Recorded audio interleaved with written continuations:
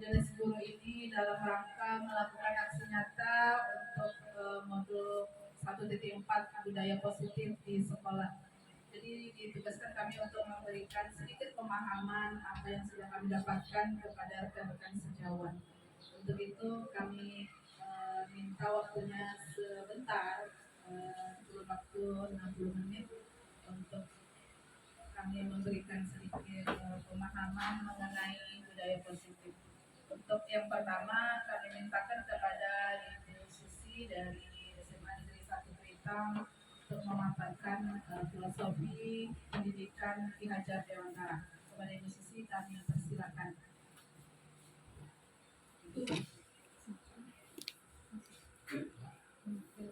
Bismillahirrahmanirrahim. Assalamualaikum warahmatullahi wabarakatuh. Waalaikumsalam warahmatullahi wabarakatuh.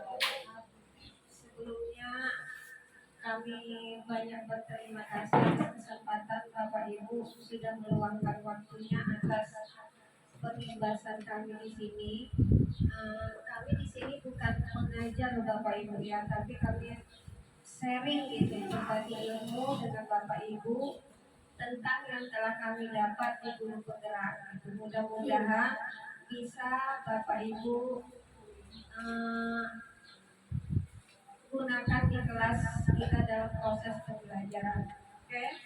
Di sini di modul yang pertama yang kami dapat itu yaitu filosofi dari Ki Hajar Dewantara. Seperti kita ketahui Ki Hajar Dewantara yaitu bapak pendidikan yang selama ini kita tahu dia hanya bapak pendidikan. Tapi kita tidak tahu filosofi pendidikan dari Ki Hajar Dewantara ini sangat dalam sekali, yang selama ini jarang kita gunakan gitu. Jadi Ki Hajar Dewantara sekarang sangat digencar-gencarkan filosofinya, apalagi dalam kurikulum Merdeka. Yang kita ketahui tahun ajaran baru atau tahun depan kita harus menggunakan kurikulum Merdeka setiap sekolah. Itu harus. Jadi dasar dari kurikulum Merdeka ini yaitu filosofi Ki Hajar Dewantara. Oke, bagaimana filosofi Ki Hajar Dewantara? Kita lihat. Filosofi Ki Hajar Dewantara didasarkan pertama dia membedakan pengajaran dengan pendidikan. Selama ini kita pergi sekolah mau kemana? Mau mengajar. Jadi bahasa itu sebenarnya salah kalau dari konsep filosofi Ki Hajar Dewantara yang adanya itu mau mendidik anak-anak. Perbedaan pengajaran dengan pendidikan menurut Ki Hajar Dewantara, kalau pengajaran itu bagian dari pendidikan, yaitu proses pendidikan memberikan ilmu untuk kecakapan hidupnya. Maksudnya bukan pendidikan, pengajaran tadi itu adalah proses transfer ilmu kepada anak untuk kecakapan hidupnya, itu pengajaran. Sedangkan pendidikan menurut Ki Hajar Dewantara yaitu kita menuntut segala kodrat yang dimiliki anak, yaitu untuk mencapai keselamatan, kebahagiaan dalam kehidupannya. Itu maksudnya menuntut segala kodrat yang ada pada anak. Beda dengan pengajaran tadi. Kalau pengajaran dia memberikan atau mentransfer ilmu untuk kecakapan hidupnya, sedangkan pendidikan kita menuntut segala kodrat yang ada pada anak. Seperti yang kita tahu, kodrat yang ada pada anak itu ada kodrat alam dan kodrat zaman. Oke. Jadi kita menuntut dia untuk mencapai keselamatan dan kebahagiaan. Beda dengan pengajaran. Kalau pengajaran kita hanya mentransfer gitu. Kalau sedangkan pendidikan kita menuntut mereka untuk mencapai keselamatan dan kebahagiaan. Berarti dalam faedahnya di sini gitu, dalam maknanya dalam pendidikan menurut Ki Hajar Dewantara. Oke, saya lanjut. Ini konsep pendidikan yang dikemukakan oleh Ki Hajar Dewantara, di mana pendidikan dan pengajaran itu disatukannya, yaitu usaha persiapan dan persediaan untuk segala kepentingan hidup manusia, baik dalam hidup bermasyarakat maupun hidup berbudaya dalam arti seluas-luasnya. Jadi konsep pengajaran dan pendidikan ini disatukan oleh Ki Hajar Dewantara, artinya kita akan menyiapkan anak dalam hal skillnya maupun dalam hal kita menuntut kodrat bakat yang ada pada anak didik kita. Lanjut. Oke. Di sini ini dasar-dasar pemikiran Ki Hajar Dewantara. Yang pertama, tujuan pendidikan yaitu menuntut segala kodrat yang ada pada anak. Yang saya katakan tadi, menuntun segala kodrat yang ada pada anak, baik kodrat alam maupun kodrat zaman. Apa itu kodrat alam, apa itu kodrat zaman, nanti akan saya jelaskan. Terus dalam menuntun, peran pendidik diibaratkan seperti petani. Ini loh Bapak Ibu, kita mengajar atau mendidik siswa, misalnya kita ngajar matematika, kita jangan paksakan anak tersebut bisa matematika. Ikan tidak mungkin kita suruh dia manjat, ikan bisanya berenang. Tupai tidak mungkin kita suruh berenang. Jadi tugas kita di kelas atau di proses pembelajaran, kita hanya menuntun anak tersebut menemukan bakat dan minatnya. Kita tuntun, jangan kita paksa dia mendapatkan harus bisa nilai segini, mencapai nilai KKM segini, tak boleh. Kita harus bimbing dia, kita cuma mengarahkan dia untuk mencapai, menimbulkan bakatnya. Ada anak yang bisa di bidang seni, ada anak yang bisa di bidang olahraga, ada anak yang bisa hebat matematika. Kalau dia tidak bisa di bidang matematika, ya udah sampai situ. Nanti di kurikulum merdeka Bapak Ibu, tidak ada lagi yang namanya angka di rapor. Di rapor tidak ada lagi angka, yang ada itu hanya dalam bentuk deskripsi. Misal si A cuma bisa sampai kepada menyebutkan tentang ini, si B sudah bisa sampai kepada menjelaskan tentang ini. Jadi manusia tidak bisa diukur dengan nilai pengetahuannya, karena mereka semua dilahirkan punya bakat dan minat masing-masing. Gitu Bapak Ibu. Terus dalam proses menuntut, anak diberi kebebasan seperti yang saya katakan tadi. Dalam proses pembelajaran, kita harus mengapresiasi, kita harus memberikan model pembelajaran yang berbeda, kita harus memvariasikan cara belajar kita. Bapak Ibu, anak-anak cuma bisa menerima materi itu paling maksimal 10 menit. 10 menit paling maksimal dia bisa menerima materi. Selebih itu bagaimana Bu? Selebihnya, makanya sekarang sedang digencarkan yang namanya ice breaking. Kita harus mengajak anak itu bermain sambil belajar dengan model pembelajaran yang berbeda-beda. Cara pembelajaran, media, kita harus mengajak mereka bermain. Kalau tidak, mereka akan jenuh. Sebuah penelitian sudah menyatakan bahwa kita saja orang dewasa cepat jenuhnya, apalagi anak-anak yang cara belajarnya berbeda. Ada yang kinestetik, ada yang visual, ada yang audio visual. Jadi dengan beragam dalam kelas itu kita harus sesuaikan. Tidak boleh kita memaksa anak, kita harus membimbingnya. Jadi sekarang sedang digencarkan ice breaking dalam proses pembelajaran. Kita harus mengajak mereka main sambil belajar. Dalam artian konsep masih dalam tetap konsep belajar kita mainnya. Makanya kita sebagai guru jangan berhenti belajar. Ada kata-kata dari mantan Bapak Menteri kita, Anies Baswedan, jika guru berhenti belajar, maka berhentilah jadi guru. Jadi kita guru tidak boleh berhenti belajar. Maksudnya bukan belajar untuk ngajar materi kita, Bapak Ibu ya. Kita jangan berhenti mencari ilmu sana sini, apapun itu, dalam bentuk apapun itu. Oke, saya lanjut.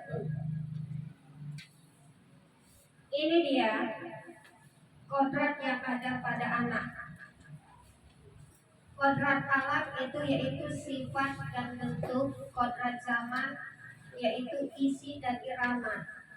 Di mana kodrat zaman ini dia akan menuntut cara menanamkan keterampilan abad 21. Bagaimana abad 21 yaitu life skillnya yang sudah handal, yang kita tanamkan, yang akan kita gali kemampuan mereka masing-masing. Apa itu kodrat alam? Ini dia. Oke, Bapak Ibu. Kodrat alam itu dalam bentuk sifat misalnya tiap-tiap kebudayaan adalah universal atau perikemanusiaannya. Itu sifat alam, artinya kita memanusiakan manusia. Kita menganggap anak itu adalah sama seperti kita saling belajar. Ternyata kadang anak itu ada loh lebih hebat dari kita. Gitu. Jadi kita tak boleh menganggap kita ini yang hebat sebagai guru, tidak. Anak kalau kita biarkan mereka berkreasi lebih hebat dari kita sebenarnya. Lanjut, yang kepada bentuk kebudayaan berbeda-beda sesuai kodrat alam. Misal di Sungai Gergaji sama Kota Baru aja lah, kodrat alamnya kan berbeda, cara budayanya, cara bicaranya mungkin, cara yang lain-lain. Jadi kita harus menyesuaikan kodrat alamnya bagaimana gitu. Terus kodrat zaman, isi dan irama. Isi, kebudayaan timbul karena pengaruh zaman yang ditempati masyarakat. Ini adalah kebudayaan yang dipengaruhi zaman ini, misalnya salah satunya yaitu penggunaan IT, HP. Itu salah satunya. Terus irama adalah cara menggunakan segala unsur kebudayaan. Jadi kodrat zaman ini bisa berubah-ubah kebudayaannya sesuai dengan zamannya. Oke, lanjut.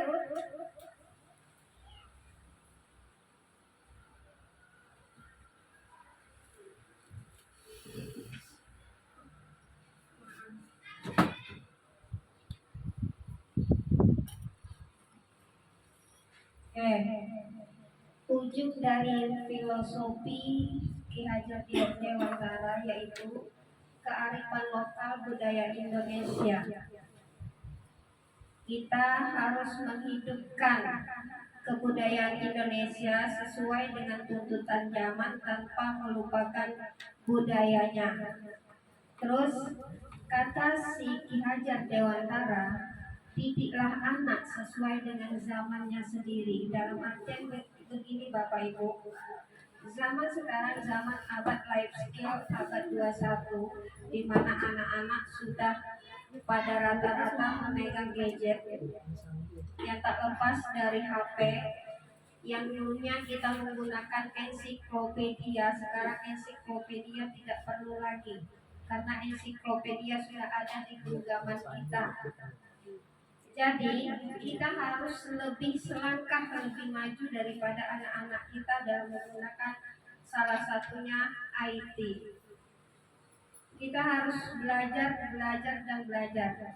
Kata Pak Anies Baswedan tadi, apabila guru berhenti belajar maka berhentilah jadi guru. Dan ada konsep yang dikatakan, saya lupa yang mengatakan itu siapa. Kalau manusia berhenti belajar berarti dia akan mati. Dalam artian seperti itu, artinya apa? Kita harus terus belajar tanpa mengenal batas dan waktu. Oke, saya lanjut Bapak Ibu.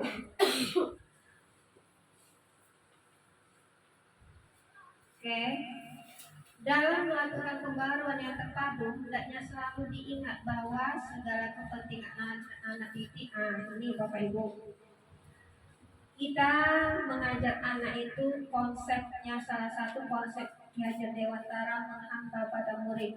Menghamba di sini bukan kita bersujud kepada murid, tidak Bapak Ibu.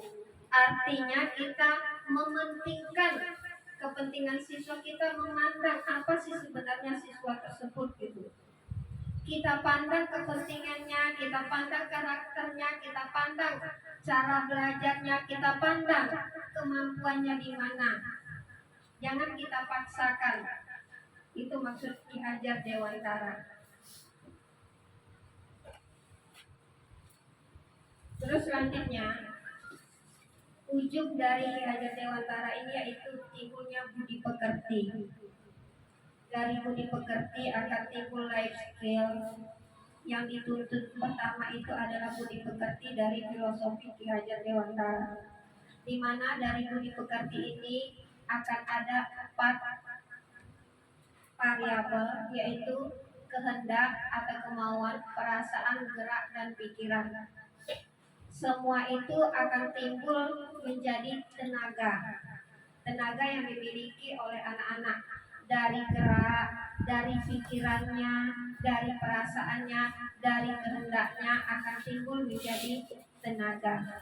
Setelah itu, budi pekerti juga akan menghasilkan cipta, karsa, dan karya. Cipta perasaannya, cipta adalah pengetahuannya. Jadi budi pekerti itu akan menghasilkan cipta, pengetahuannya, karsa yaitu sikapnya, sedangkan karya adalah keahlian dari anak-anak kita. Jadi sampai di sini Bapak Ibu, Bu Rabia, bagaimana, ada selesai pertanyaan atau kita lanjut aja gitu Bapak Ibu tentang konsep Ki Hajar Dewantara? Kalau ada yang mau bertanya silakan. Kita sharing Bapak Ibu ya, bukan saya mengajar. Kita sharing. Kita sama-sama belajar. Tak ada yang lebih kita di sini. Kita sama-sama. Oke Bapak Ibu, silakan ada yang mau bertanya. Maaf Bu sedikit. Iya, dengar juga ini. Yang mau juga lah kan. Pak Dari yang nanya. Instruksi. Permintaan. Oke, Bapak lanjut. Ya. Assalamualaikum warahmatullahi wabarakatuh. Waalaikumsalam warahmatullahi wabarakatuh. Sedikit di sini kemarin dari guru penggerak ya, yaitu motonya kita melihat yaitu kiblatnya Ki Hajar Dewantara. Mengapa istilahnya pendidikan ini kita mengacu kepada Ki Hajar Dewantara, tidak dengan yang lain? Kalau kita Islam kan mengacu kepada Nabi Muhammad. Mungkin ada figur-figur yang lebih. Apa alasan daripada penggerak ini untuk dari kementerian lah mengambil figur Ki Hajar Dewantara? Sebenarnya kalau mau dijawab lebih dalam, kami tak tahu juga alasannya Bapak Ibu ya, sebenarnya gitu. Jadi kalau saya menyimpulkan ini, kenapa Ki Hajar Dewantara? Karena mungkin dia bapak pendidikan salah satunya, yang selama ini filosofi dia terpendam, tak pernah kita buka gitu. Kenapa kita tidak ikut kepada tuntunan Rasulullah? Di sini dalam konsep Ki Hajar Dewantara kan ada kodrat alam, kodrat zaman. Kita mengajar mereka tanpa melupakan kebudayaan tadi. Kebudayaan tadi berarti kalau kita budayanya kita agama Islam gitu, berarti kita harus mengikuti juga dalam konteks Islam dalam proses pembelajaran gitu. Jadi tetap dia termasuk Bapak. Kalau dia Kristen, berarti dia harus disesuaikan dengan agama Kristennya, sesuai dengan kodrat alamnya tadi. Itu Bapak. Oke, ada lagi yang mau bertanya? Ya, Bu. Eh, dari yang saya atau guru-guru di sini hadapi lah ya Bu ya, semenjak kita masuk 100% ya Bu ya, itu kelakuan anak boleh dibilang Masya Allah ya, setelah COVID ini ramainya ya ampun gitu ya. Ya ampun. Mungkin memang pengaruh dari HP juga Iya. ya, yang kedua juga pengaruh orang tuanya juga tak peduli juga gitu ya. Jadi dengan cara ibu gitu, bagaimana ibu mengatasinya, bagaimana cara ibu untuk mencari solusinya gitu. Mungkin kita juga bisa sharing ya, ini cara ibu kayak gini, kalau cara saya kayak gini kan gitu. Jadi caranya ibu gimana untuk mengatasinya gitu. Oke. Bu, sebenarnya saya ngeri juga pertanyaan ibu nih ya. Saya coba.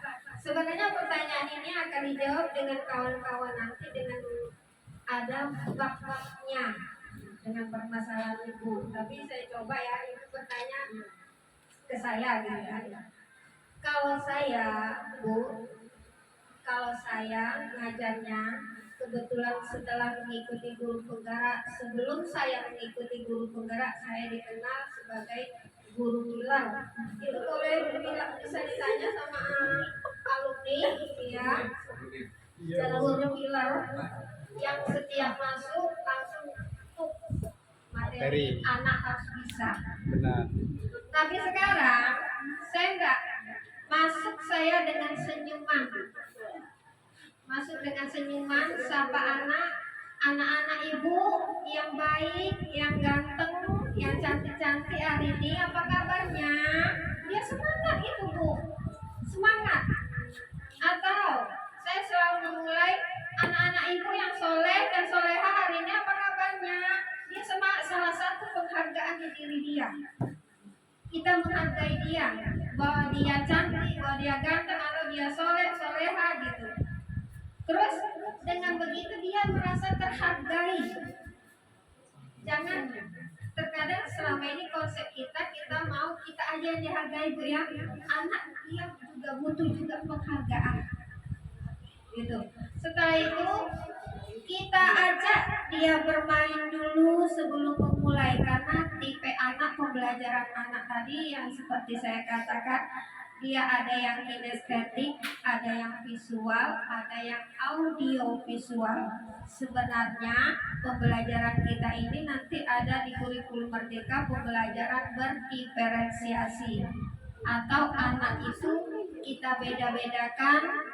Di awal harus ada asesmen penilaiannya gitu. Setelah itu harus Bu ya, kita ajak dia bermain, harus. Mungkin karena kenakalannya dia jenuh tadi Bu, bisa jadi kita ajak dia bermain dulu, kita ajak dia dulu ice breaking, kita ajak dulu dia berlomba-lomba dengan metode pembelajaran kita. Setelah itu baru kita masuk ke materi. Materi tadi saya katakan maksimal, materi paling anak itu bisa menyerap materi 10 menit. Itu maksimal. Makanya sekarang dari kemarin timbul kegaduhan anak-anak itu ngantuk kalau belajar. Karena kenapa? Karena kita paksakan dia harus mendengar ceramah kita terus. Gitu. Jadi harus 10 menit itu maksimal. Kemarin saja saya pernah pelatihan, itu 10 menit aja kami belajarnya. Setelah itu kami main. Itu andragogi Pak ya. Andragogi itu kan ilmu pendidikan untuk orang dewasa. Kalau pedagogi ilmu pendidikan untuk anak-anak. Sedangkan kita yang orang tua 10 menit aja diajak bermain. 10 menit aja diajak bermain, apalagi anak-anak yang kinestetiknya subhanallah Pak ya, saya bilangkannya. Dulu ya. Jadi mungkin itu pengaruh gadget, bisa juga. Pengaruh gadget ini bisa kita sebagai, apalagi kalau saya ya guru SMA, saya lebih, maksudnya lebih harus tahu dulu dari anak gitu. Misalnya anak sering mengatakan kepo gitu. Apa sih kepo itu gitu? Kepo menurut anak pengen tahu dia Bu segala sesuatu. Ternyata di internet saya buka, kepo itu berasal dari bahasa Inggris. Know people, everything, object. Jadi dia pengen tahu apa yang orang bicarakan gitu. Nah, gitu. Jadi anak-anak dia lebih suka gitu kalau kita lebih mengikuti dunia mereka. Gitu Bu ya. Itu sementara jawaban saya. Mungkin nanti ada teman-teman mengasih lagi lebih kepada materi tersebut. Oke, ada lagi Bapak Ibu? Sedikit mungkin saya belum paham juga nih. Takut juga saya banyak pertanyaan. Berkaitan dengan kurikulum merdeka ini dari dulu saya belum paham. Yang jadi pertanyaan saya tentang kearifan lokal tadi. Ya, kita lihat setiap daerah itu pasti memiliki potensi yang berbeda. Kira-kira dari mana kita bisa menentukan itu, Bu? Ya, mengenai kearifan lokal untuk suatu sekolah itu misalnya di sini. Dulu saya pernah tanyakan kepada Bapak Muhammad, katanya harus sesuai, harus mengikuti contoh nanti kita mengikutkan apa kemarin itu kalau ikan katanya. Jadi nanti saya sebagai guru PPKN apakah harus ikut juga ke dalam itu tadi? Tidak ada mungkin potensi yang lain yang bisa saya tampilkan atau saya ajarkan kepada siswa atau bagaimana kira-kira? Bisa Pak, tidak harus untuk kepada kolam ikan. Di mana Bapak misalnya sebagai guru PPKN di kurikulum merdeka kan nanti itu ada 1 jam pelajaran itu proyek. Nah di proyek itu silakan Bapak Ibu berunding di sekolah ini mau proyeknya apa berdasarkan kearifan lokal. Maunya apa gitu, Bapak sebagai guru PPKN maunya apa, lalu digabungkan dengan agama misalnya apa gitu. Tapi dia tetap harus menghasilkan satu yang bermanfaat, yang bisa dijadikan siswa tersebut bermanfaat setelah dia tamat sekolah. Itu maksudnya. Tidak. Jadi tidak harus itu apa komitmen bersama satu sekolah, proyeknya mau apa, menghasilkan apa gitu. Saya pikir ini kalau karena kebiasaannya mungkin yang pernah saya ikut misalnya pelatihan untuk kan kami ikut sesuai dengan misalnya kami di pemerintah misalnya kami langsung terjun ke pemerintahan DPRD waktu itu mengajukan segala macam ke pemerintahan itu jadi sesuai dengan apa gitu kan. Iya. Ini sesuai dengan materi Bapak, bidang Bapak gitu ya. Tapi sebenarnya kearifan lokal ini kalau mau ditinjau sebenarnya pelajarannya kalau sekarang itu namanya prakarya, di mana siswa tersebut setelah tamat dia punya keahlian. Salah satunya keahlian di mana guru-guru di sekolah itu harus bersepakat berkomitmen apa yang akan kita jadikan kearifan lokal, di mana hasil dari itu bisa menjadikan uang atau menjadikan keahlian untuk anak tersebut. Tidak harus sesuai mata pelajaran. Ada sekolah, kalau tidak salah ada sekolah yang lebih dia yang sering digunakan ini karena dalam apa yang bisa menghasilkan itu biasanya ilmu kimia kayak biosintesis atau ekstrak atau fisikanya apa gitu banyak. Tapi kalau PPKN mungkin ada yang lain, bisa Bapak cari aja browsing di internet yang bisa menghasilkan yang menghubungkan dengan ilmu PPKN bisa Pak. Oke, ada lagi Bapak Ibu. Saya juga banyak pertanyaan. Iya, cukup saya. Nah ya, Bapak Ibu, terima kasih. Assalamualaikum warahmatullahi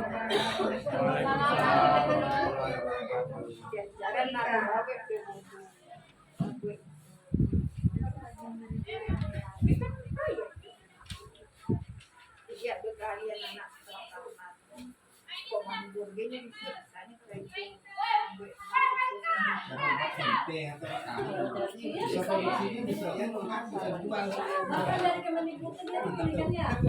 tempe dengan tahu bisa dia bukan jual dengan itu nggak pakai teman Tapi jam 12 nggak ada lagi. Pangsa-pasar, Jam 12 nggak ada lagi. pangsa-pasarnya kita kan Awalnya gitu kan ikan dulu di kita tahu kan hitam Nah, betul jadi pengusaha. Bulan itu megang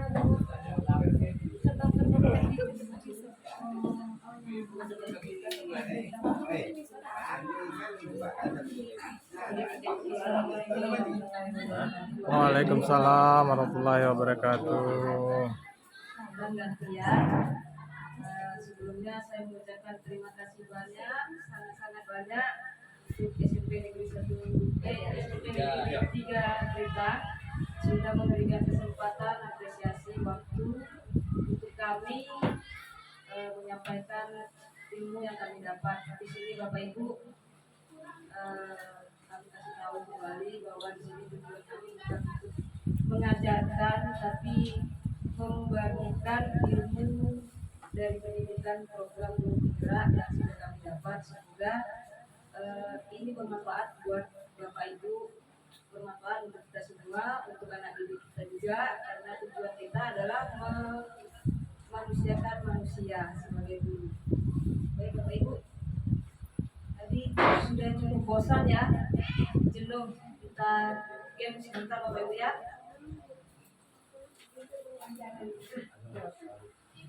Kata kuncinya bumi itu bulat. Kata kuncinya bumi itu bulat Bapak Ibu. Apapun itu kata kuncinya bumi itu bulat. Nah, lanjut.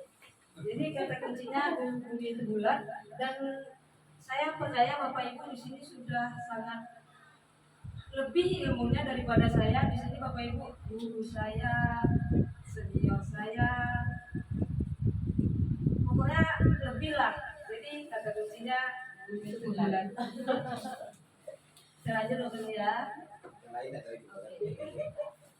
Ini sudah kasih tahu ya Bapak Ibu ya.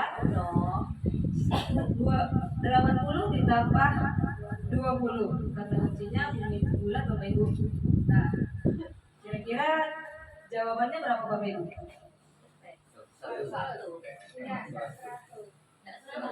Ada yang nol. Kata kuncinya bumi itu bulat Bapak Ibu. Salah. Salah. Jawabannya 4 Bapak Ibu. Kata kuncinya bumi itu bulat. Oh, yang bulatnya ada 4 ya. Nah, Hanya 2, nolnya 2. ya betul. Pokoknya Lanjut. yang betul itu yang bikinnya. matematika Ya, matematika Bapak Ibu. Matematika sangat dasar. 1 ditambah 0. Jawabannya Bapak Ibu 1. Ya. Udah ketebak nih kayaknya. Udah ketebak ya. Ketebak, Bu. Nanti, Bu. Oke, 4 jawabannya sudah ketebak. Nah, kata kuncinya bumi itu bulat. Jadi semua jawaban itu sebenarnya luas. Dan anak didik yang muda itu semuanya mereka Bapak Ibu. Jadi dia punya pendapat masing-masing, punya pemikiran masing-masing. Apapun jawabannya sebenarnya betul.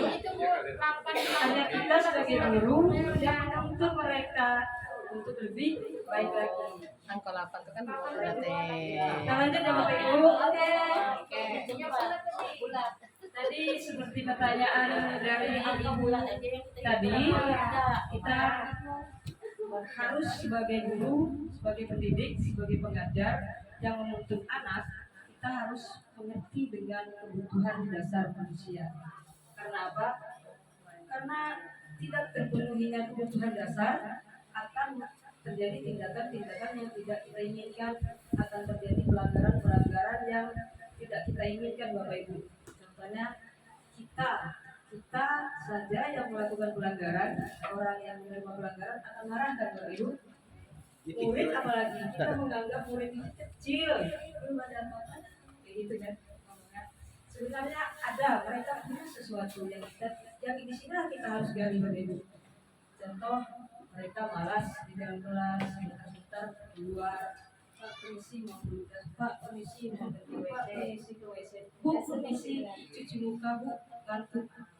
Nah itulah, jadi kita guru harus mengerti kebutuhan dasar dari anak murid kita, biar kita guru tidak dicap sebagai guru killer, biar kita guru tidak dicap sebagai guru yang begitu masuk asik marah, asik butuh. Pelajaran bahasa Indonesia tema marah-marah. Iya, memang sebelum masuk CGP Bapak Ibu, jujur sebagai guru bimbingan konseling di SMA, mungkin saya adalah guru yang paling sering merontok, ngomel setiap tengok kelas. Ada guru kerjakan tugas yang diberikan anak, ya Bu, tinggalkan 2 langkah lah keluar. Tinggalkan, pokoknya udahlah. Pokoknya kalau yang namanya anak-anak kita butuh kesabaran yang super ya Bapak Ibu ya. Yang tidak marah-marah kita. Oke, kita harus mengerti sebelum kita tahu kebutuhan dasar manusia itu, tujuan materi ini adalah kita sebagai guru mampu menjelaskan kebutuhan dasar yang menjadi motif tindakan baik dari murid maupun dari rekan kerja kita guru sendiri. Bahkan bukan kita ke murid saja, kita ke rekan kerja pun sering marah, sering tersinggung. Ya kan Bapak Ibu? Terus selanjutnya, sebagai guru kita mampu menganalisa dampak tidak terpenuhinya kebutuhan dasar terhadap pelanggaran peraturan dan tindakan yang tidak sesuai dengan nilai kebajikan. Baik, selanjutnya dapat kita sebagai guru, sebagai pendidik dapat mengidentifikasi peran dan sekolah guru dalam upaya menciptakan lingkungan belajar dan pemenuhan kebutuhan anak yang beragam. Anak-anak kita beragam Bapak Ibu dengan karakteristik yang sangat unik. Baik Bapak Ibu, kita lanjut. Di sini ada 5 kebutuhan dasar. Pertama adalah kebutuhan dasar survival atau kebutuhan bertahan hidup. Sering kita lihat anak izin sakit, anak ke UKS, sikit-sikit sakit perut, ada PR terlimpah. Iya kan? Jadi itu karena kebutuhan dasar mereka tidak terpenuhi. Kebutuhan dasar ini meliputi kebutuhan yang bersifat biologis, kesehatan, psikologis, keamanan, biologisnya makan dan minum. Kalau kebutuhan itu sudah terpenuhi Bapak Ibu, insya Allah aman. Ya, ya, bukan saja Bapak Ibu, kita juga kalau tidak terpenuhi kebutuhan itu kacau ya. Kacau kita pokoknya Pak. Bisa ngamuk ya Bapak Ibu ya. Pengalaman Pak. Orang di rumah ngamuk. Orang di rumah ngamuk. Benar rumah kita pun ngamuk gitu. Udah dia lagi sama. Saya ini narasumber pengalaman Pak. Iya, nanti ada juga. Oke, lanjut Bapak Ibu. Nah, kedua, kebutuhan untuk diterima atau kebutuhan kasih sayang atau kebutuhan rasa diterima. Ada pernah mungkin, bahkan bukan Bapak Ibu, saya sendiri, kalau udah marah, kau kenapa aku? Nah, itu adalah kebutuhan kasih sayang Bapak Ibu. Kalau kebutuhan itu tidak diterima anak, maka dia akan melakukan tindakan-tindakan yang melanggar aturan dan nilai-nilai kebajikan yang ada di sekolah. Jadi perlu kita seorang guru, kita dulu yang menciptakan kalimat-kalimat sopan. Jangan kita menuntut anak untuk sopan santun sementara kita tidak santun kepada anak. Kita mengatakan hal-hal yang mematikan karakternya, kita menjatuhkan harga dirinya, padahal mereka sangat berharga untuk menggantikan posisi kita sebagai guru nantinya. Nah, kebutuhan kasih sayang ini meliputi kebutuhan untuk koneksi sosial, cara mereka berinteraksi dengan guru, cara mereka berinteraksi dengan kawan-kawannya. Terus kebutuhan ini juga kebutuhan untuk memberi dan menerima, artinya ketika mereka memberikan pendapat, apapun jenis pendapatnya, mungkin bagi kita itu tidak cukup, tapi kita kasih apresiasi Bapak Ibu. Itu sangat super kalau bagi saya. tidak banyak dari anak murid kita yang mampu menyampaikan pendapat. Tidak hanya sedikit anak kita yang berani memberikan pendapat. Banyaknya kayak gini, ada yang mau ditanyain, nah itu bisa anak-anak pakai jurus menghilang. Kalau bisa menghilang, ibunya tidak nampak. Saking takutnya kan nanti ditanya, nanti ibunya nanya gitu. Kalau ada anak yang seperti itu sangat apresiasi Bapak Ibu, karena mereka berani untuk memberikan, karena mereka berani untuk menyampaikan.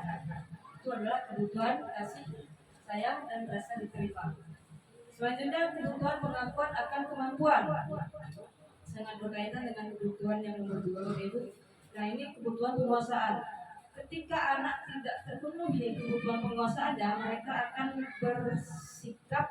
bertingkah laku arogan.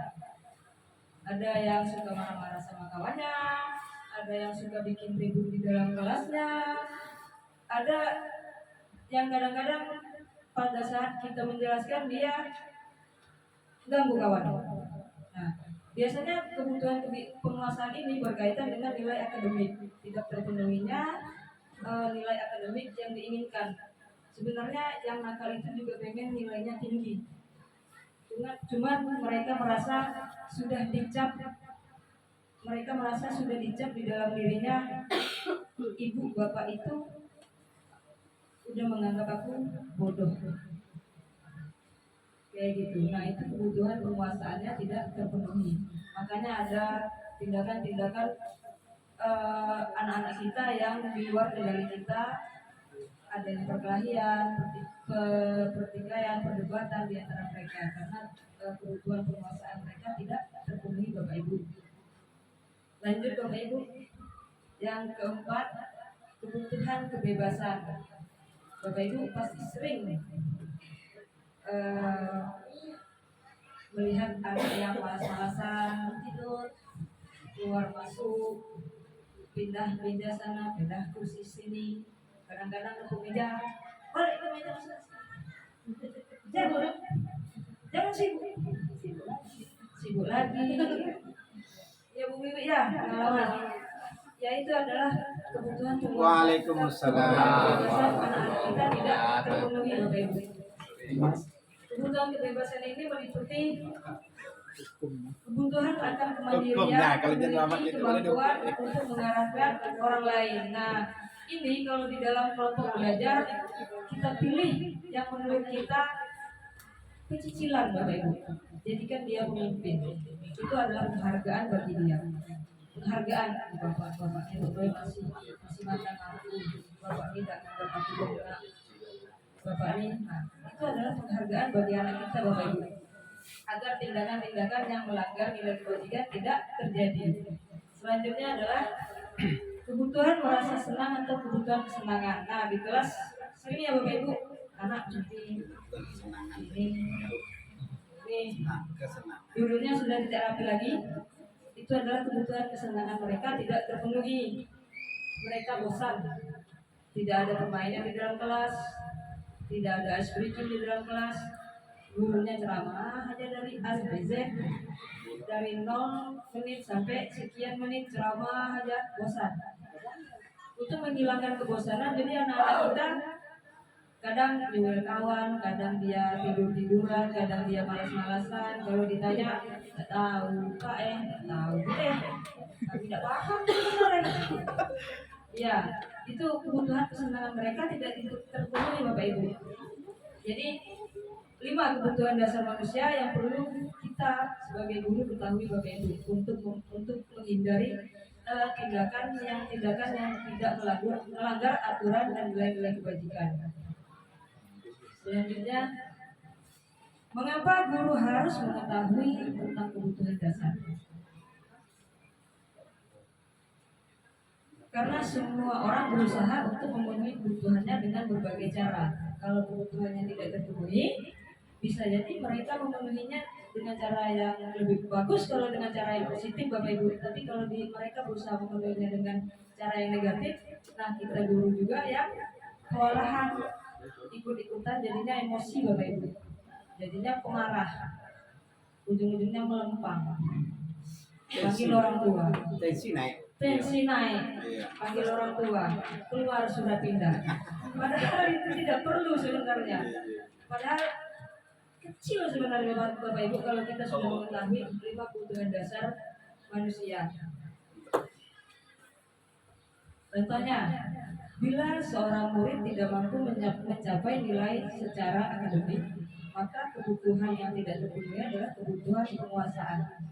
Murid tersebut memenuhi kebutuhan penguasaannya dengan mengatur kawan, bahkan menyakiti kawan mereka. Ada ya Bapak Ibu ya, mungkin dari satu kelas mungkin ada 2 orang, atau 1 orang, ketua gengnya.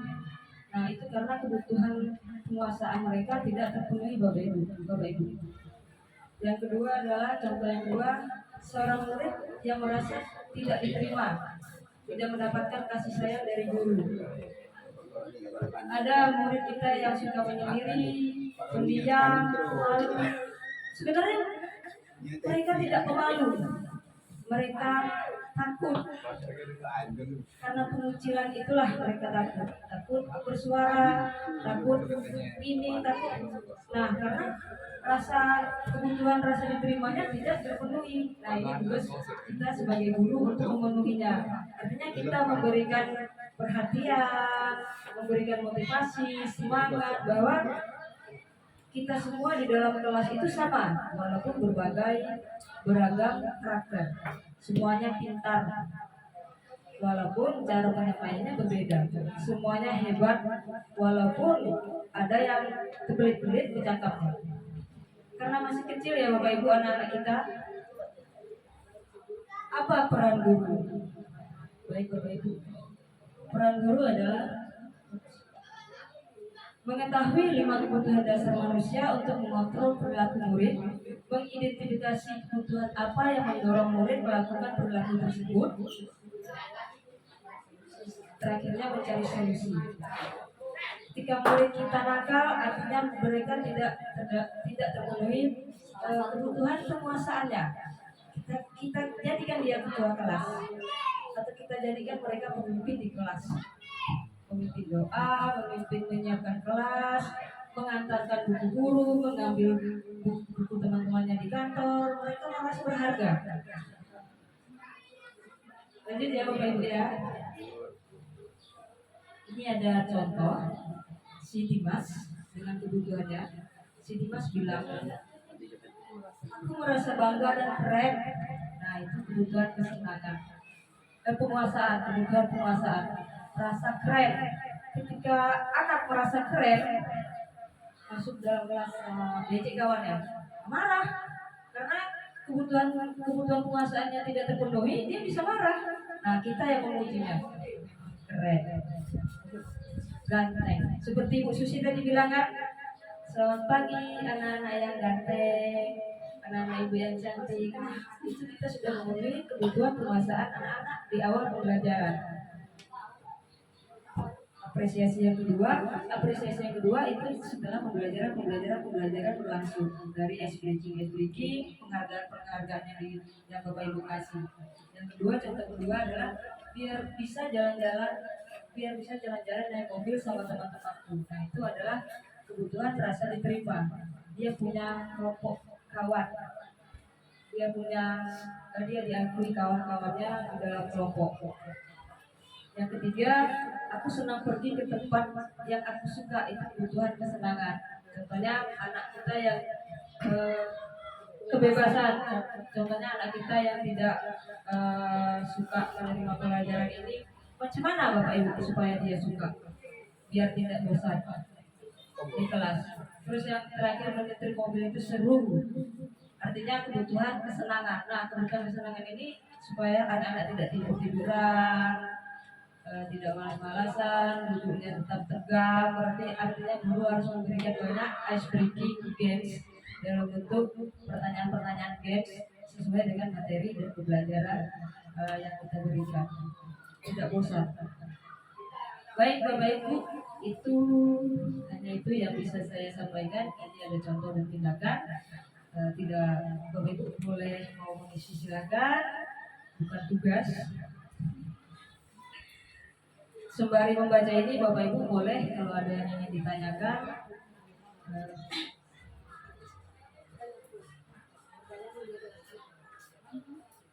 Kalau Bapak Ibu ada yang ingin ditanyakan sebatas 5 kebutuhan dasar manusia, waktu dan tempat dipersilakan.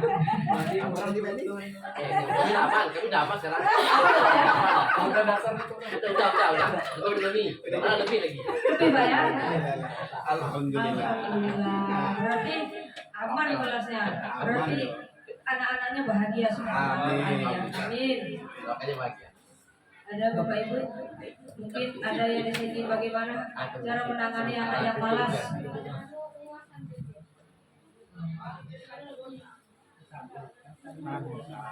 Siapa? Kadang-kadang kan kalau misalnya kita bilang ganteng anak ini cantik, kadang tuh ada yang ibaratnya tuh kayak ungahan. Oh, keungahan bahasa Banjar ya. Iya. Ada semua yang meningkatnya minta puji pula. Ya, PO kalau kita dulu ya. Sebenarnya Bapak Ibu memang itu umur-umurnya MPO. Ya, kita harus memahaminya. Semakin dia MPO, semakin kita rangkul, nah ke MPO dia kita arahkan ke pembelajaran, kita arahkan ke MPO dia ke hal-hal yang positif dalam bentuk pembelajaran. Nah, yoga, siapa tadi yoga ya? Yoga ini ganteng. Kalau misalnya bisa mengerjakan matematika. Sama naik aja. Sama Meke ya? Tidak Ibu. Coba, harus dicoba. Saya bahkan saya sebagai guru BK tidak mempercayai Pak, tidak mempercaya ya, meragukan pendidikan ini karena Allah pasti akan diinjak-injak murid kalau kita melakukan hal seperti itu. Tidak Bapak Ibu, malah murid menunggu kita, menanti. Dengan ke-MPO-an dia menanti kita ke dalam kelas. Itu bilang ganteng. Mana Ibu? Bu, kami ganteng. Itu dia. Memang dengan ke-MPO-an dia. Tapi kita arahkan ke hal yang positif. Jangan kalau usahakan jangan dimarah, jangan dijatuhkan harga dirinya. Kita arahkan, kita kasih tugas. Dia akan lebih rajin sebenarnya. Orang yang MPO dia rajin dia. Kalau semakin kita puji dia semakin rajin. Bahasa kata barunya umbuk. Umbuk dia. Kalau kita umbuk dia akan rajin. Makan umbuk kebutuhan dasar. Ada kawan-kawannya yang berbeda. Oh, iya. Kita tidak bisa membatasi itu karena memang seperti itulah umurnya, seperti itulah dia berperilaku. Jadi kawan-kawan yang merasa agak sedikit Masih berjalan. memang umurnya tidak bisa kita batasi Bu. Tapi memang kita sebagai guru harus benar-benar memberikan penghargaan untuk murid. Ini video aja ya. Memberikan apresiasi murid. Ketika mereka merasa berharga, mereka merasa dirinya berisi. Walaupun mereka sebenarnya sangat malas. Ada lagi, Bapak Ibu? Pak, yuk. Dari Boleh, Pak. kalau saya pengalaman begini Bu ya, mengenai 5 kebutuhan dasar itu salah satunya bekerja ekonomi maka dan lain dengan kalau saya lihat Bu di SMP ini lah contohnya di SMP ini. Kalau tidak ada mungkin salah satu di sini mungkin saya lah termasuk yang paling keras di sini dengan anak. Ya, kalau saya tidak menerapkan sistem seperti itu saja Bu banyak terjadi pelanggaran.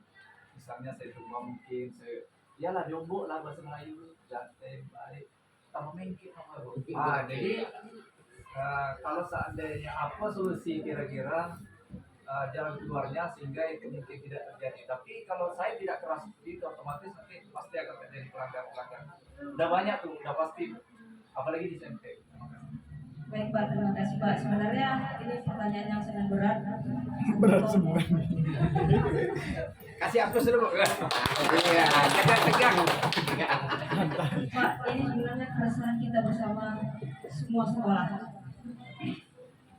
Ketika anak itu dikasih pujian dia mengkek memang. Betul Pak. Semakin jadi ada tuh yang semakin jadi semakin bingal, semakin bandel, semakin pokoknya semakin lah ya Pak ya. Tapi di sini tugas guru seperti yang dikatakan oleh KHD, kita menuntun Pak. Kita menuntun, KHD menuntut kita untuk menuntun. Artinya kemengkean mereka kita tuntun ke arah yang lebih baik. Seperti kemengkean mereka kita tuntun ke yang lebih sopan, mengkeknya lebih berwibawa. Bisa Pak. Di sekolah juga seperti itu Pak. Satu anak yang bermasalah saya rangkul, sekarang dia mengkek Pak sama saya. Ibu ganteng. Ada Pak yang kayak gini. Mengkek di depan dengan kawan-kawannya. Wih, ibu tuh bilang aku ganteng. Iya memang seperti itu. Tapi seperti itulah kita memanage perilakunya agar tidak terjadi tindakan yang melanggar aturan Pak. Yang di sini kan konsepnya tidak melanggar aturan. Mereka mengkek, minta puji, MPO, seperti itu kita arahkan Pak. Arahkan ke hal yang positif. Biarkan mereka dengan kemengkean mereka. Kalau mereka sudah mendapat ilmunya, kemengkean itu perlahan-lahan akan hilang Pak. Sebenarnya ini adalah jawaban dari judul selanjutnya ini Pak. Bagaimana cara kita dulu menanganinya dari kawan-kawan CGP yang lain, bagaimana tindakan kita seorang guru. Tapi karena Bapak bertanya dengan saya, jadi artinya tidak perlu melakukan menindaklanjuti anak itu dengan terlalu keras. Kita tanya mengapa mereka seperti itu, apa tujuan mereka untuk seperti itu, apakah seperti itu bermanfaat. Nah baru di situ kita kasih solusinya Pak. Bagaimana? Jadi cobalah Bu. Iya. Berat Pak Saya memang. coba tuh memang kita mempandu malah turun apa itu. Iya. Hasilnya pakai itu penerapannya. Tapi kalau yang Iya. Iya, tergantung siswa Anak ya Bu. murid kita ini beragam Bu. Iya, keras berbeda Dari juga. suku berbeda, dari umur yang berbeda, daerah berbeda, keluarga berbeda, sosial ekonominya berbeda. Jadi penanganan mereka di rumah berbeda. Kita harus tahu karakter anak sebenarnya lah. Jadi Pak, gimana Pak? Ya, itu tadi. Masih ada Bapak Ibu yang mau ditanyakan? Masih ada. Gantian.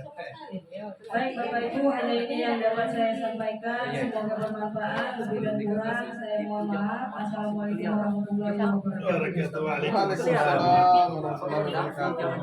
Sebelum ke gas. Tidak pernah nyanyikan Bu Adis pula. Aku keterang Sama Bu Adis.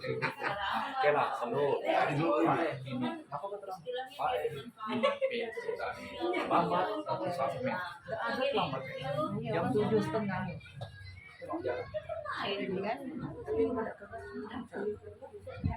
Jadi tetap lawat sebagai awak. Biar Tanya yang terakhir, macam mana sistem mana digital yang lebih cepat? Gimana saya ini? oke, awal Apa tadi dia? Internetnya terjadi ketuk lagi. pakai IndiHome. Ada sinyal kok yang gue kan?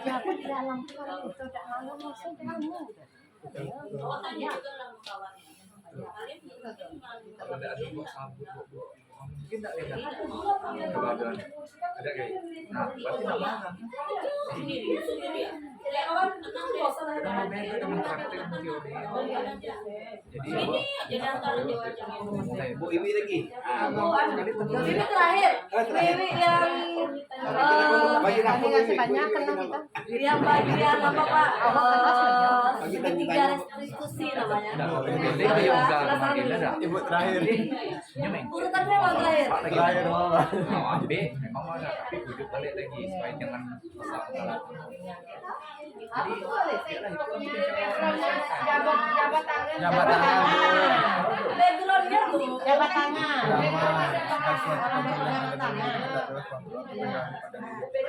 Kita tidak bisa memaksakan untuk banyak di kali sini ada tak bermacam-macam pulang nih orang kita kita bola ya Bu. bikin apa itu tadi kan? Awal kalau yakin, mesti jam 8 itu ada kantor ngomong apa terlambat. Bu Egi, nah akhirnya yang lain belum.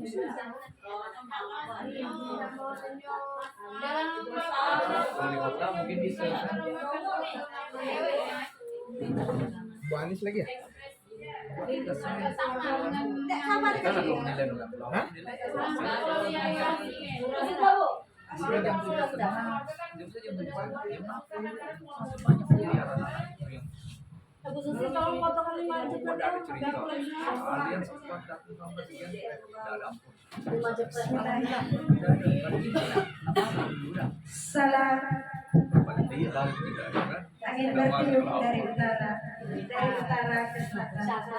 Sambutlah salam dari saya, walau tanpa berjabat tangan. Iya, betul. Assalamualaikum warahmatullahi wabarakatuh. Waalaikumsalam warahmatullahi wabarakatuh. Alhamdulillahirabbil alamin. Wassalatu wassalamu ala asyrafil anbiya wal mursalin wa ala alihi wa sahbihi rasulillahi ajma'in. Amma ba'du. Bapak Ibu hebat, dengan segala kerendahan hati saya yang berdiri di sini bukan karena lebih hebat, bukan karena ilmunya lebih banyak, namun izinkan saya dan kawan-kawan 4CGP yang lain untuk menyelesaikan salah satu modul 1.4, yaitu menerapkan budaya positif di sekolah. Semoga kehadiran Bapak Ibu di ruangan yang sangat berbahagia ini menjadi amal jariah untuk kita semua, demi untuk membahagiakan murid di kelas, membuat mereka lebih nyaman bersama dengan kita membersamai mereka. Baik Bapak Ibu, mohon izin nih, saya ingin untuk agar kita lebih tidak mengantuk, saya ada sedikit ice breaking, namun biasa-biasa saja Bapak Ibu, bukan ice breaking yang selalu dipakai. Boleh Bapak Ibu berdiri, mohon maaf saja. Yang pertama, ketika saya katakan pagi, tepukannya 1. Yang kedua, siang, tepukannya 2 kali. Ketika saya bilang malam, jangan ditepuk karena kita sudah mau tidur. Baik Bapak Ibu, 1. Grogi Bapak Ibu. Pagi. Pagi. Pagi. Siang. Siang. Sore. Sorenya ada. Ya, artinya tak usah ditepuk. Oh gitu. Sore istirahat. Pagi. Siang. Malam. Selanjutnya saya mohon Bapak Ibu berdiri berhadap-hadapan. Ayo, Alvin ya. Bapak Ibu, Papas dengan dinding. Nggak diapa saya ya? mohon Bapak Ibu mengepalkan tangan masing-masing. Wah, apa? Salam tadi. Masing-masing. Saya ingin kita sama-sama membayangkan pada saat ini bahwa benda yang ada di kepala tangan kita itu adalah sesuatu yang sangat berharga, yang tidak akan kita serahkan kepada siapapun, karena dia adalah milik kita. Lalu coba Bapak Ibu pikirkan, lalu tolong teman yang di depan berusaha untuk melobi. Bagaimana caranya? Silakan melobi untuk Bapak menyerahkan atau Ibu menyerahkan apa yang ada di kepala Bapak atau Ibu masing-masing. Saya persilahkan. Apa Pak Dar? Apa? Kalau dengan cara halus tidak mau, bisa dengan cara bagaimana Bapak Ibu?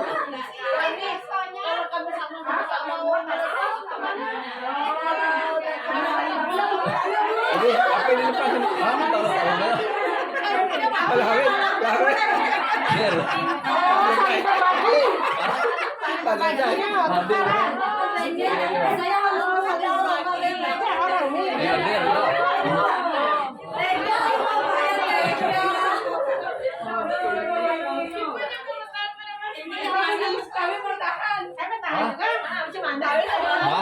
Itu kami lawan dia tadi. Amin lah. Bertahan ya makanya bertahan. Oke siap. Oh, minta maaf nih.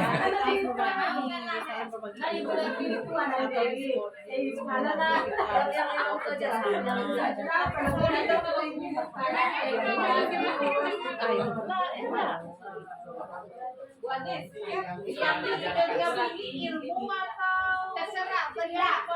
Benda yang Bukan suami, Bu. Jangan suami pula ya. Yang susah berikan ke orang lain.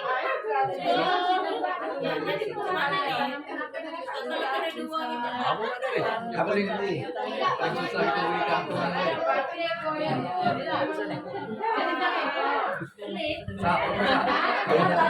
Oh, aku mah lebih bisa digunakan. Kalian ini masih bisa digunakan. cukup Bapak Ibu tadi mohon maaf nih kayaknya Tak ada yang mau nerima. di layar laptop saya dengan ini dia Bapak Ibu. Artinya kesimpulan dari apa yang kita buat tadi boleh silakan. Kira-kira ada yang berhasil? Oh, nggak genggaman kira-kira? tadi.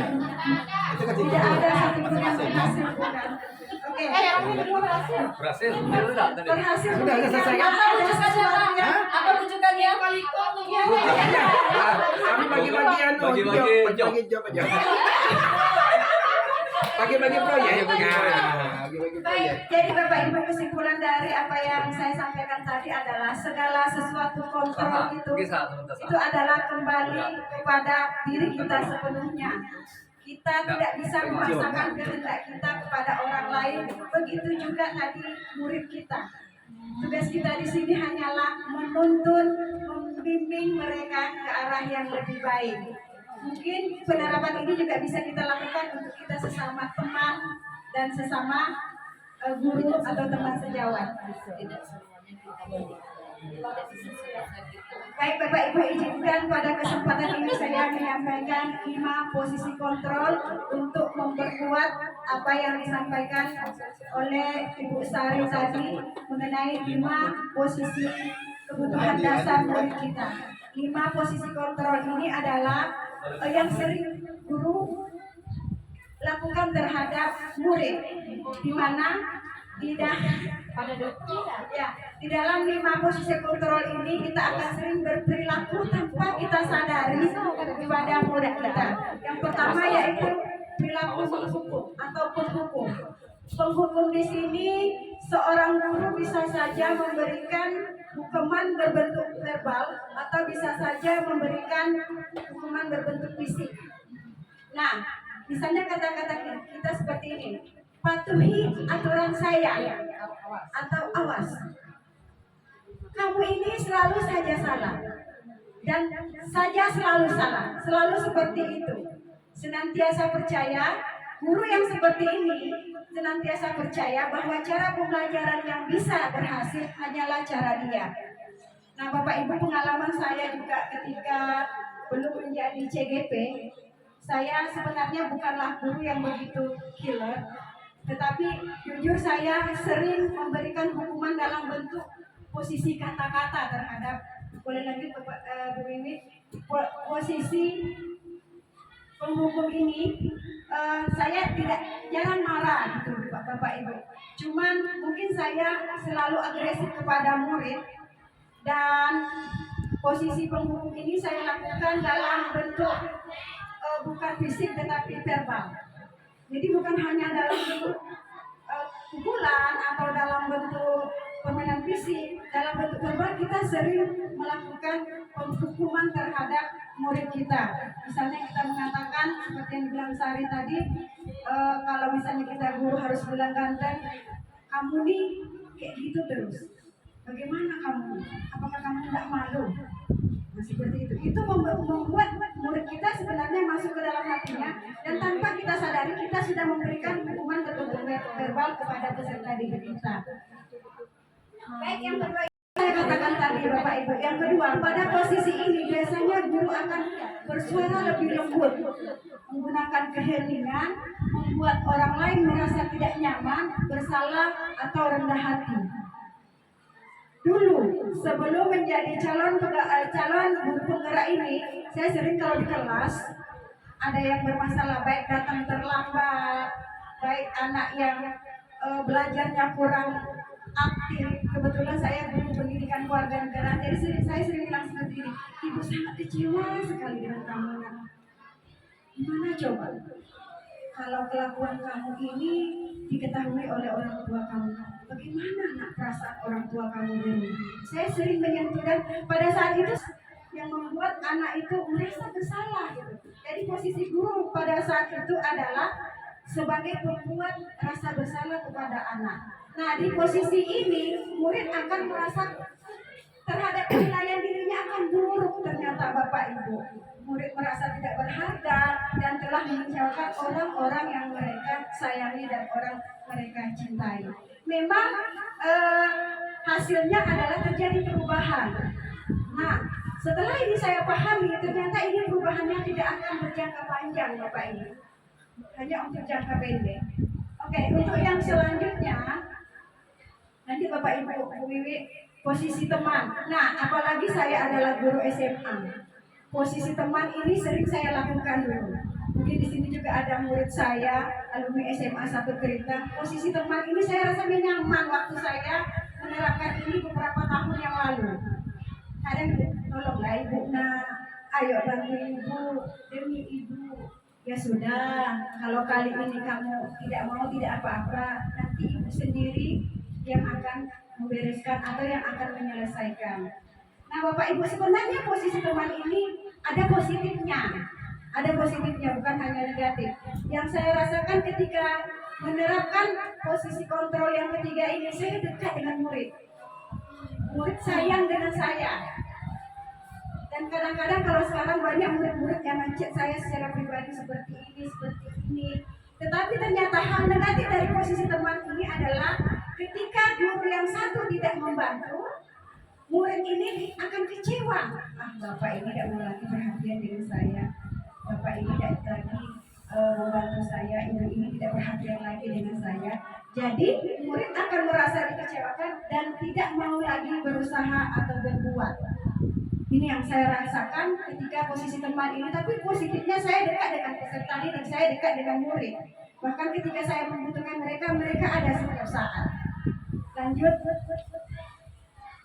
Di posisi teman tadi, murid akan merasa senang dan akrab dengan guru. Itu yang saya katakan tadi Bapak Ibu. Bila ada masalah, dia merasa bisa mengandalkan guru tersebut yang akan membantunya. Akibat lain belum tentu hal itu berlaku sama dengan guru atau orang lain terhadap dirinya. Bapak Ibu, di posisi yang keempat, ini adalah posisi pemantau.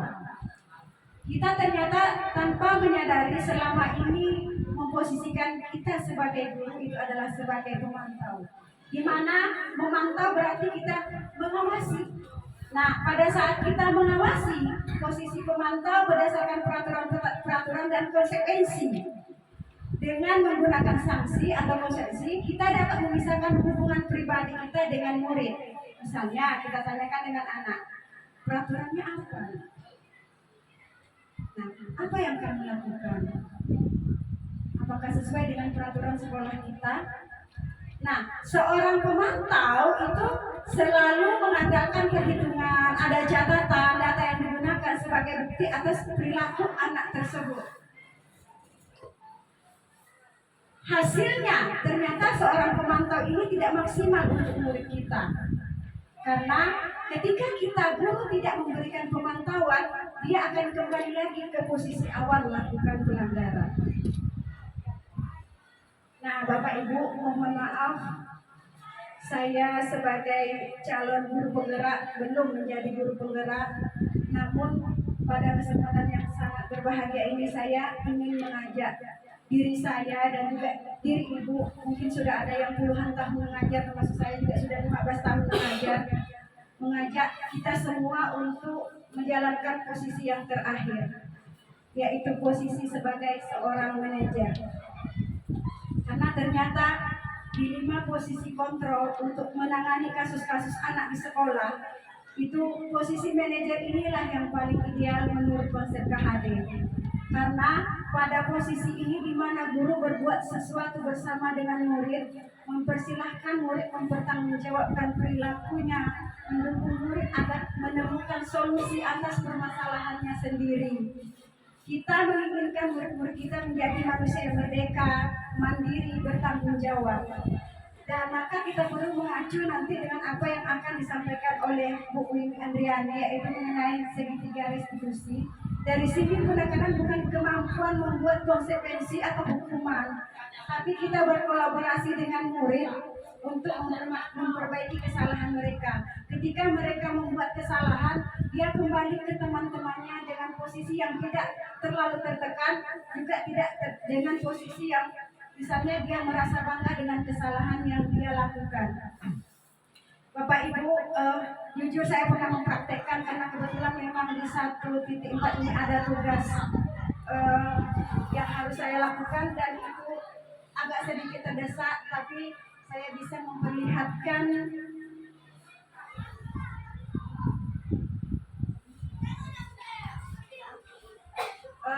salah satu video yang saya lakukan, memposisikan diri saya sebagai manajer walaupun belum sempurna. Jadi pada kesempatan yang sangat berbahagia ini, saya ingin masukkanlah dari Bapak Ibu yang ada di ruangan ini, bagaimana posisi manajer ini betul-betul bisa kita terapkan di sekolah kita, di sekolah kami, untuk memerdekakan murid sesuai dengan konsep KHD.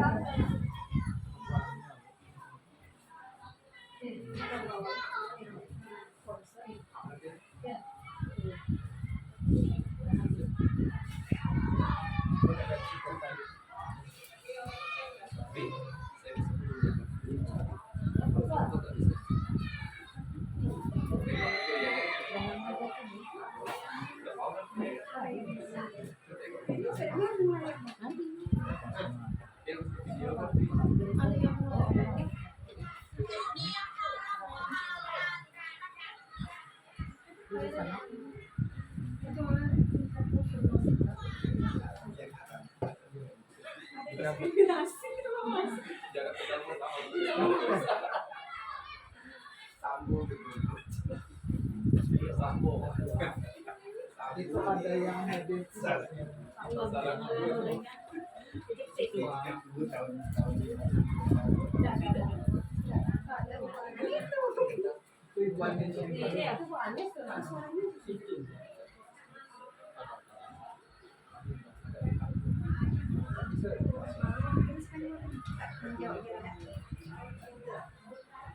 Kayaknya tidak berkolaborasi dengan saya nih Bapak Ibu, berarti videonya tidak bisa diputarkan.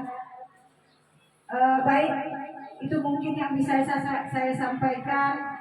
Saya berdiri di sini bukan merasa lebih hebat, tetapi mari sama-sama kita bergerak untuk saling menghebatkan.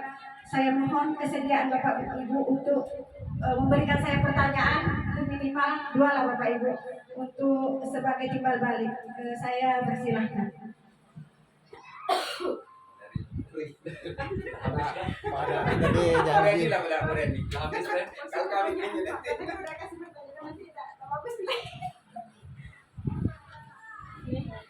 Yang belum nanya. Ibu. Dari dulu. Dia mau datang. Ya dia mau tanya lagi. Iya. Pak Dari ini pertanyaan.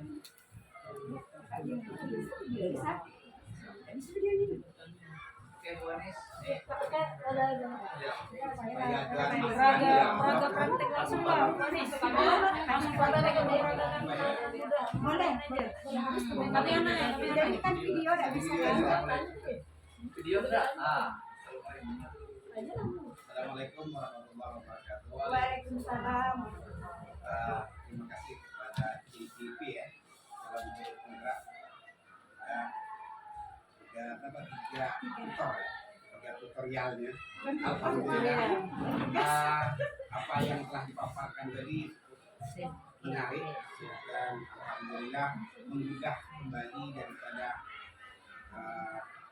kami kami para guru yang belum CPG ya, CGP, yang calon guru penggerak. Ya. Jadi alhamdulillah di situ ya bersama kita.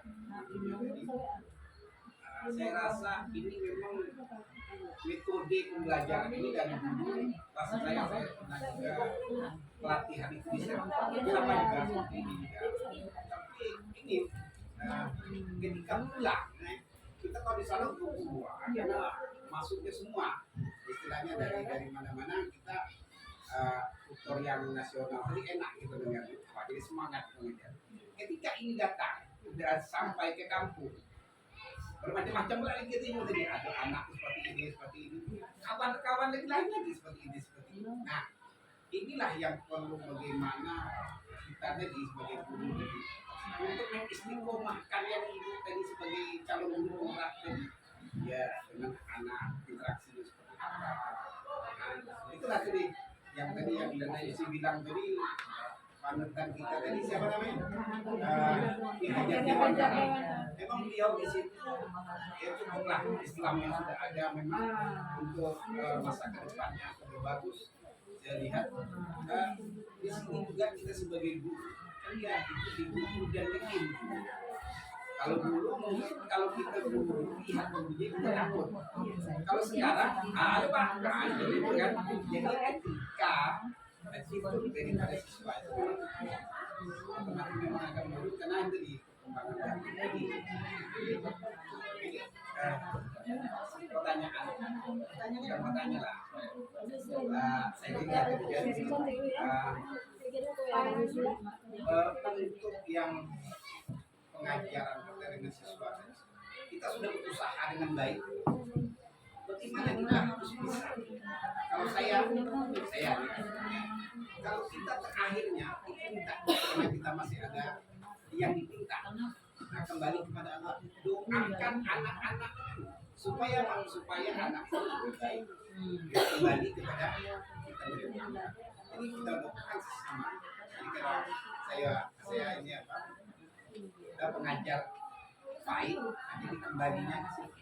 Kalau kita logika terus, kembalinya kita sakit. Anak itu, aduh, kan bermacam-macam. Kenapa? Karena Allah itu memberikan menciptakan manusia itu bermacam. Itulah indahnya manusia tadi. Itulah kembalinya. Ketika kita bunuh tadi, sebagaimana mampu kita bunuh, ya kan?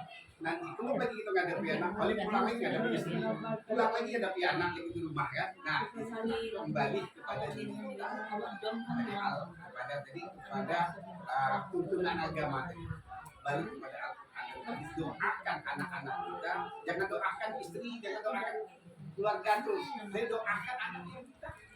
Kita tidak, jadi jangan klik dengan doa. Yang kita itulah keberhasilan orang-orang dulu. Keberhasilan orang-orang dulu kalau kita lihat dia mendoakan setiap tidak boleh ya. Kenapa? Doa setiap dia sholat doakannya anak-anak didik dia. Sehingga Pak segannya anak kepada guru, segannya sesama temannya karena keinginan dia tadi. Nah, sama-sama kita harus kembali kepada kita. Ini keduanya. Istiqomah kita sudah dilatih, habis kita ini terus ini terus terinspirasi lah dengan ibu tadi kalau ngajar seperti ini sedap saya dengar. Tapi ketika kan ngajar habis lagi lah hitam pula kayak gitu. Dari istiqomah kita juga bagaimana kita bisa istiqomah untuk mendidik anak tadi supaya yang diterapkan tadi jadi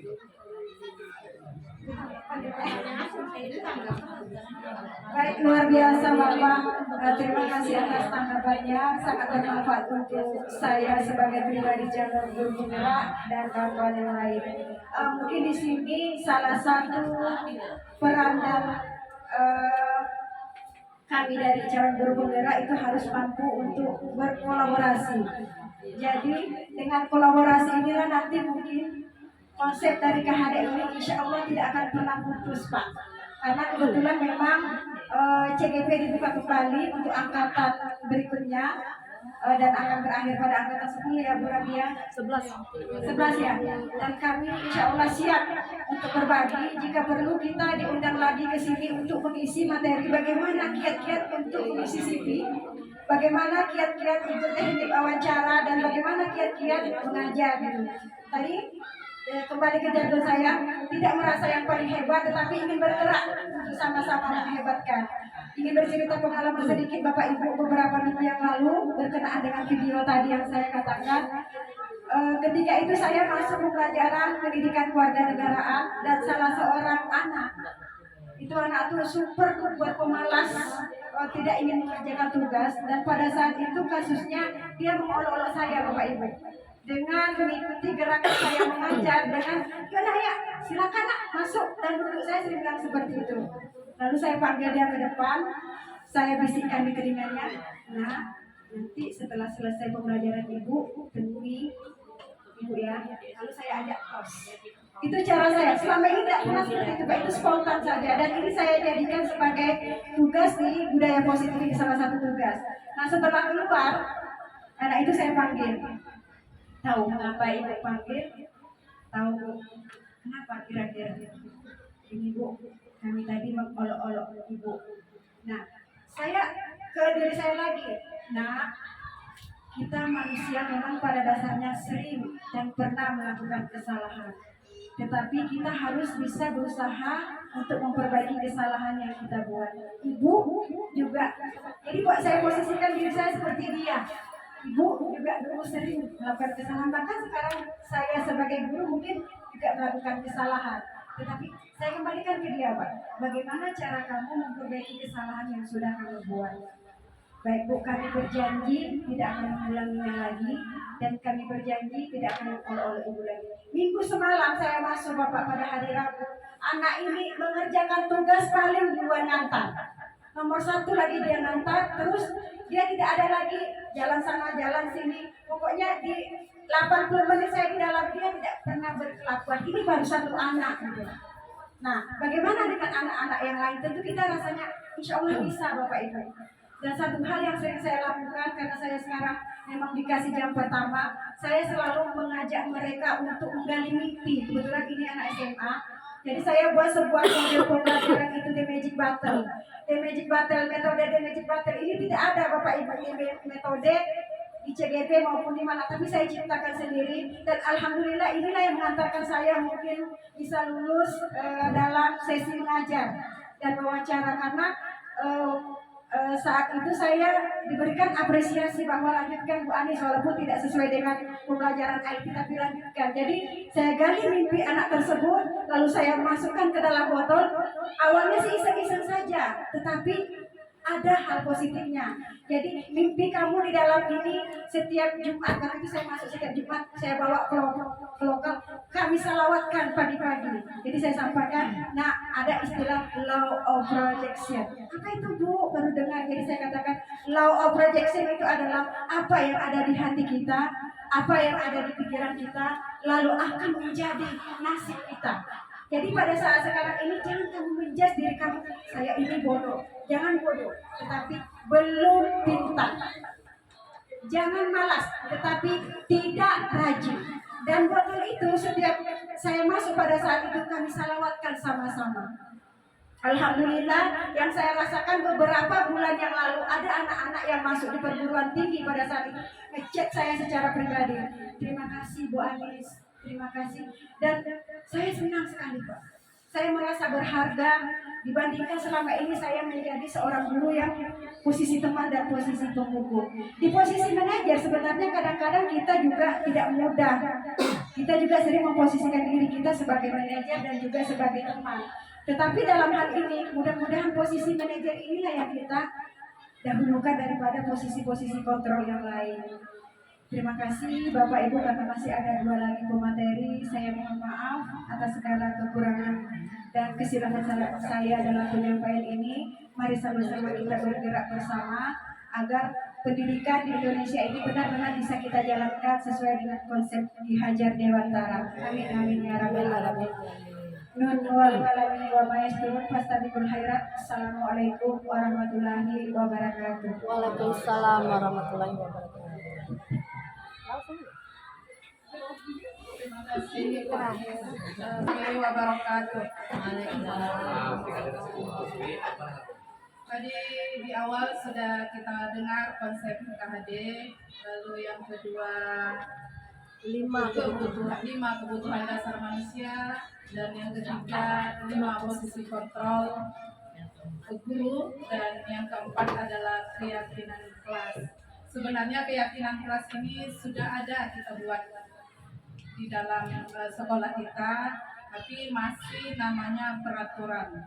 Untuk kurikulum merdeka kita menamakannya menjadi keyakinan kelas. Nanti setelah dirapatkan itu menjadi keyakinan sekolah. Jadi apa-apa yang sudah dibuat oleh pembina OSIS 1, 2, 3, 4, 5 yang ditempel di ruang kelas itu